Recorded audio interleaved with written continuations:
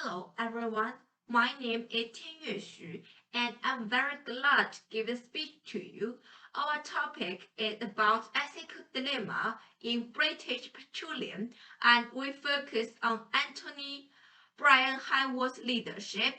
We make speech in the form of a group including 7 members: 天岳徐、燕风章、雅兴邓、泽琛行、李贞帆、森阳 and Nasser.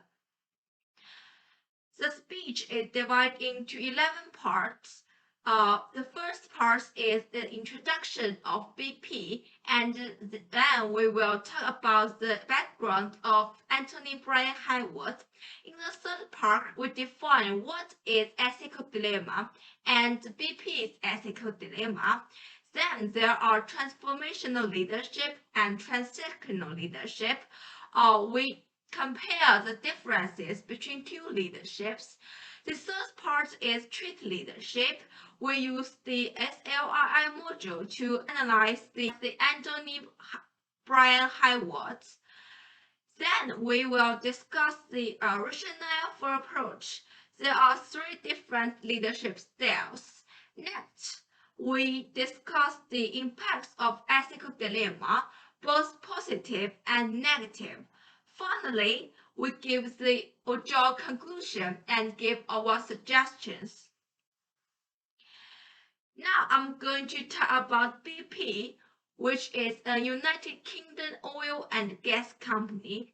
It's founded in 1909 by William Knox Darcy and has 72,500 employees. BP has a great position in the world. It's the 5th largest oil company with a revenue of 208,000 million in 2020. BP has a wide range of business focused on developing and investing oil and gas, operating refineries, pipelines, and terminals. Now I'm going to introduce the Anthony Brian Highworth, who was the CEO of BP. He was born on May 21, 1950, as a British businessman. In 2007, he replaced the former BP CEO to become the new one. But after the Deepwater Horizon rig explosion, which is the ethical dilemma we will discuss later, he stepped down his position. That's all about my speech. Thank you for your listening. Next person is Ze Chenxing. He will introduce the ethical dilemma for you. Thanks to Tianyue Xu for the introduction. My name is Ze Chenxing, and here is my part.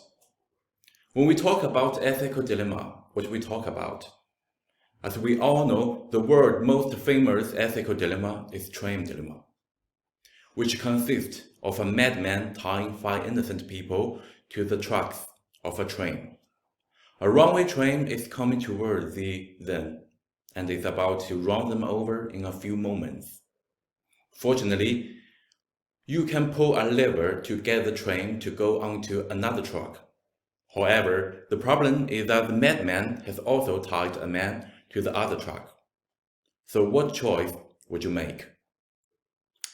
In fact, a moral dilemma is to decide between 2 and more options, and such a decision is often difficult because it can create an inevitable moral conflict. On 20 April 2010, an explosion on a drilling rig leased by BP Company in the Gulf of Mexico led to massive oil spill, killing 11 people, injuring 17, and causing serious environmental pollution. At this point, an ethical dilemma arose before BP Company. If the rig was shut down, then the environment and people would be protected.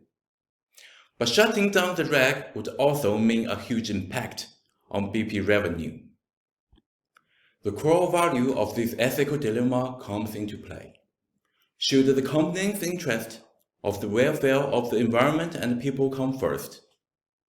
Faced with such a major catastrophe, Anthony Brian Howard was forced to explain to numerous regulators and society at large whether it was shirking its responsibility to protect the environment in the pursuit of higher profits.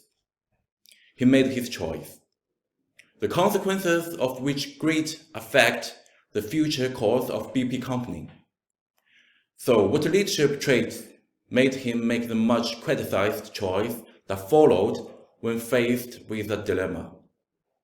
Thank you for listening. Next is Sun Yang, and he will analyze the leadership trait. Hello everyone, my name is Sun Yang. Thank you for Chengxin's speech, and I'm going to introduce the concepts of transformational leadership and transactional leadership and compare them. Transformational leadership means that leaders make employees realize the importance of their responsibilities and takes through leadership charm, charisma, intellectual stimulation, and personalized care, the stimulate of their higher needs so that they can maximize their potential to achieve the highest level of performance. Transactional leadership, namely the transactional model of leadership, is a transaction process in which the leader and the leader meet each other.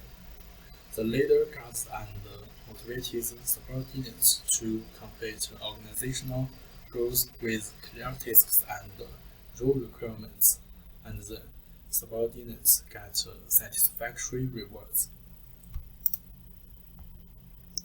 Let's compare these two types of leadership. First, from a nature perspective, transformational leadership is more positive. From the perspective of work, the two types of leadership are completely opposite. Transactional leadership pays more attention to the development of its own culture, while transformational leadership pays more attention to change in terms of leadership style. Transactional leadership is bureaucratic and attaches importance to the relationship with followers, while transformational leadership is more person and attaches importance to the personal qualities and moral qualities of followers. Transactional leadership can have only one leader in a team. Transformational leadership can have more than one. Transactional leadership focuses on planning and execution, while transformational leadership focuses on innovation. Finally, there is the difference between the two kinds of leadership. Motivation mass. Transactional leadership puts personal interest first, while transformational leadership puts group interest first. Thank you for listening. That's my end of my part. Next person is Yanfeng Zhang, who is going to talk about the two types of leadership in Answer Brian Howard. Hello everyone, my name is Yanfeng Zhang. First of all, we would like to thank Sun Yang for his presentation. Next, I would like to discuss Anthony Brian Hayward's leadership. We divide his leadership into transformational leadership and transactional leadership. We have already known what is transformational leadership and transactional leadership are from the first two slides. Let's look at this slide. Anthony at BP Company has used transformational leadership to encourage employee development. He offered continuous professional development opportunity to his staff. Secondly, his focus on the welfare of his employee has increased the productivity throughout the organization. Then, he encouraged innovation and promoted change in the company. Next, let's move on his transactional leadership. Anthony is an efficient-oriented person who focuses on the short-term goals and is result-oriented. He is also a performance-oriented person who established the reward and punishment mechanism that reward employee when they work hard for the benefit of the company and punishes them when they're lazy or make mistakes.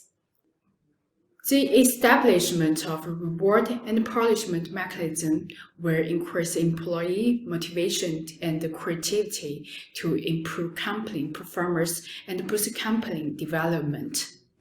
Next, look at this slide. The results show that Anthony's leadership was actually a failure.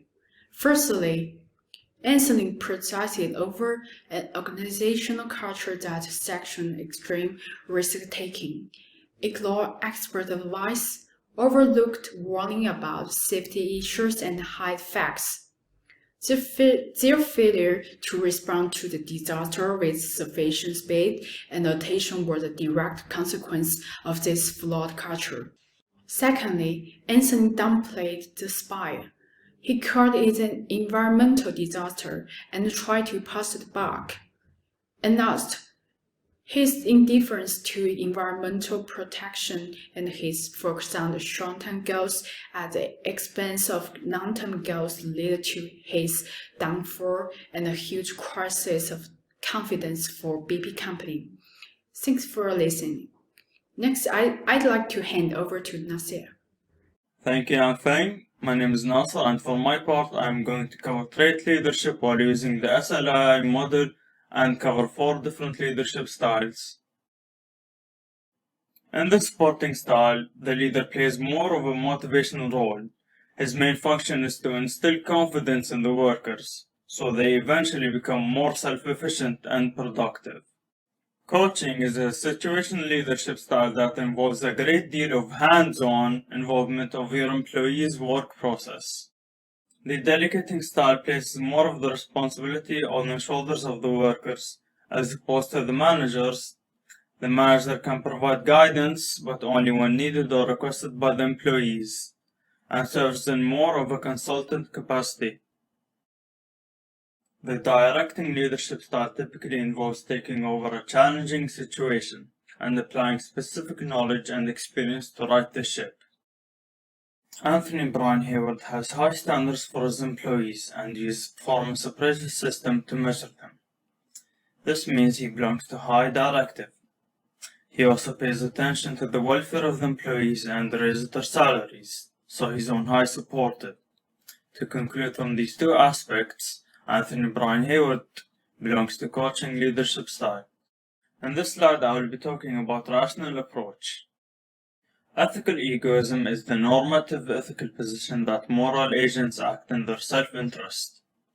It differs from psychological egoism, claiming that people can only work in their self-interest. Utilitarianism is a theory of morality that advocates actions that foster happiness or pleasure and oppose actions that cause unhappiness or harm.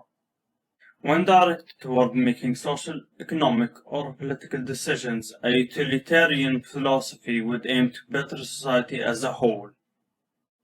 Altruism is the principle and moral practice of concern for the happiness of the other human beings or animals, resulting in a quality of life both material and spiritual. It is a tradition virtue in many cultures and a core aspect of various religious and secular worldviews. Hayward clearly belongs to ethical egoism. Most of the oil spill was his responsibility to monitor, and his response to the oil spill was slow. He wanted to cover up the facts.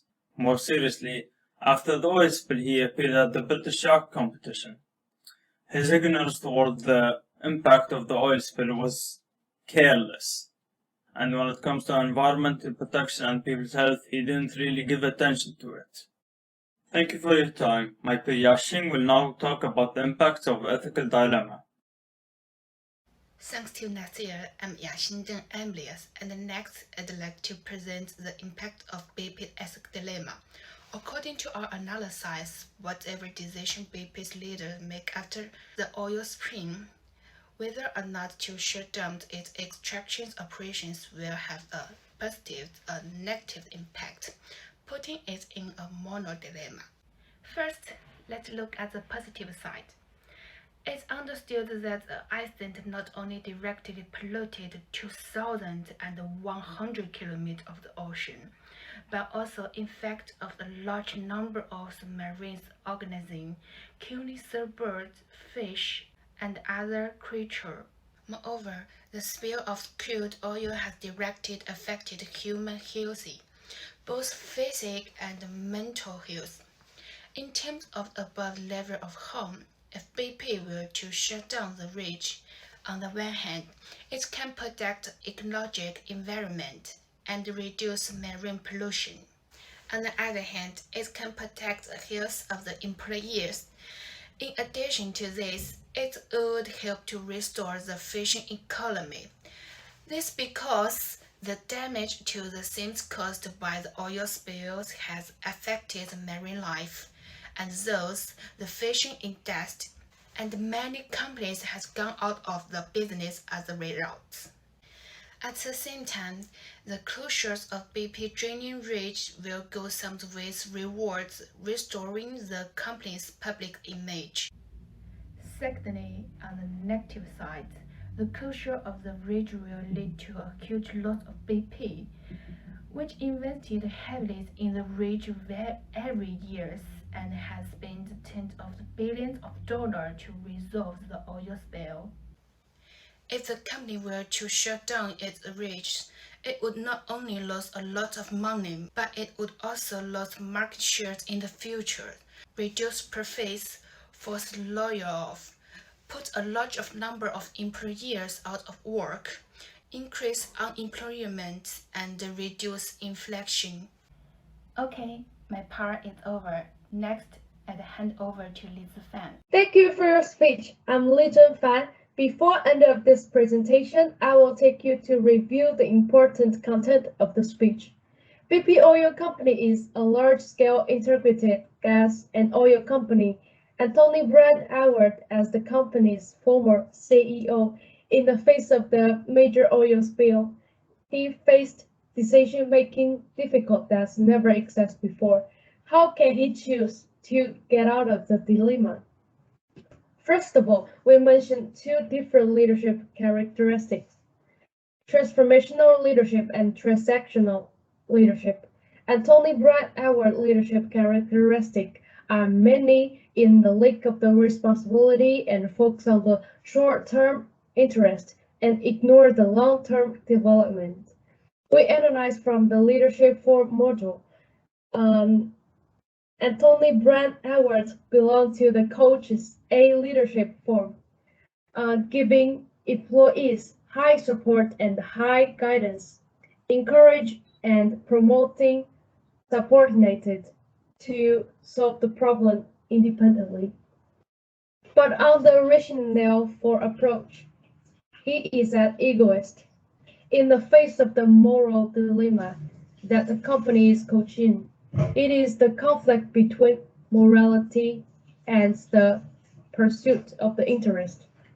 Let's see the slide together.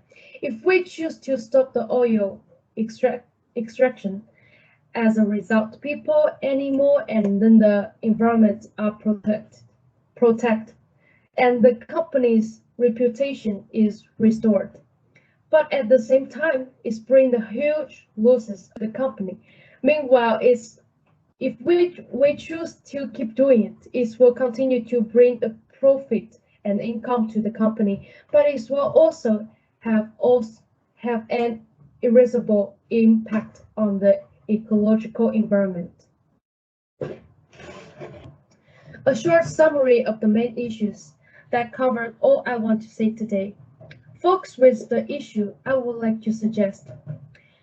As you can see the slide facing BP Oil, I would suggest that company can focus on the building capacity for the emergency management, optimizing mining technological and stressing the regular capacity. In the face of leaders, I suggest that leaders can improve the conflict handling skill, more visionary and strategical, improve corporate social responsibility, In the future, I believe the restoration of the environment and the development of the economic will be supported in the long term through the effort for people and environment protection. Okay, thanks for listening. Do you have any question? Thank you.